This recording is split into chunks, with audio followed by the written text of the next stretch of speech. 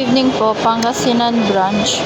As of August 8, 2026, base po sa DMA po namin, ito po yung mga hindi po namin natapos. Bali, meron pa pong mga clocking at darating pa na po yung item.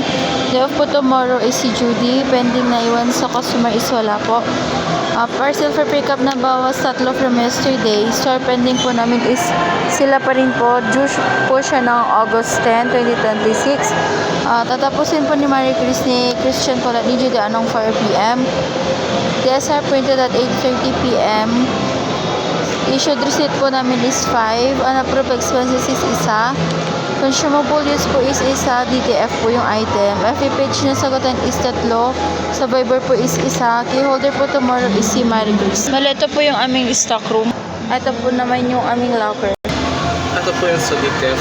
Na-shutdown na rin. Ito naman po yung sa Kiosk. Ito po yung sa embroidery.